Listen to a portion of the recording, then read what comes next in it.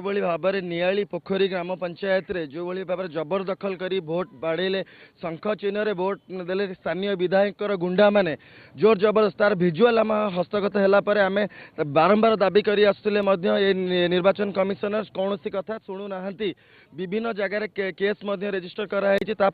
नीरव द्रष्टा साजिक रही भाव में ओडिशार सबु पंचायत रे इलेक्शन बैतरणी पार करने बीजेडी दल जो भाव में चेष्टा करता प्रमाण आज साधारण लोकों पाखे पहुंची आज गणतंत्र हत्या घटी आम सीधा सड़क आसु निर्वाचन कमिशनर को भेटापी आगुरी जो अभियोग कराई कौन कार्यानुष्ठान ग्रहण कर आगामी दिन में तुरंत से जगह निर्वाचन न करा जाए 10टा जाक बूथ रे पुणी 10टा बूथ रे निर्वाचन न करा जाए ताले आगामी दिन में राज्यव्यापी आंदोलन करा जिवो एवं एथिरे संपृक्त थिबा जो इलेक्शन